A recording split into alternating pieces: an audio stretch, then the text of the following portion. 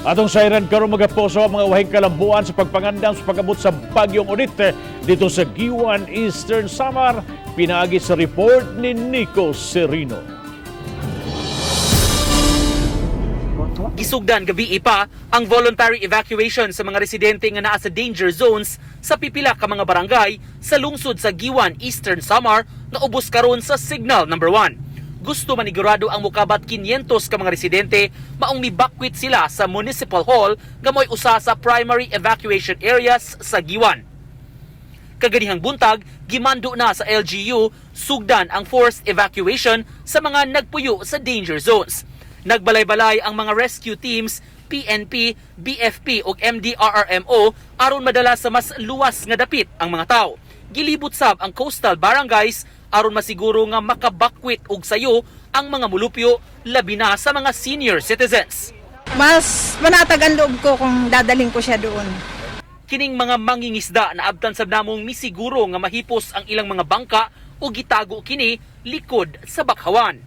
Kasi walang ibang kabuhayan. Kaya i-secure namin.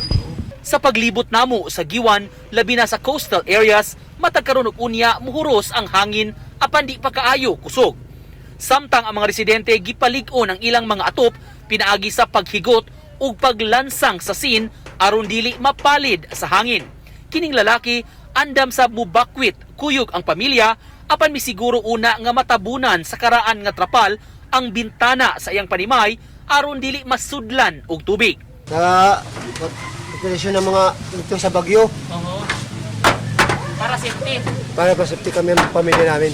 Ning mga orasa padayon ang pagpangbakwit sa mga residente paingon sa mga evacuation sites, mga barangay hall, mga kasilinganan ug paryente nga konkreto ug lig-on ang mga panimay. Gisiguro sab ni Mayor Analisa Gonzales Kwan nga andam na ang LGU sa pag-abot ni bagyong Odette. Gihatagan og pagkaon ang mga namakwit sa City Hall ug gipahatdan sab katong naa sa uban nga evacuation sites. Naka-preposition na sab ang mga relief goods ug duna sila igong supply sa pagkaon.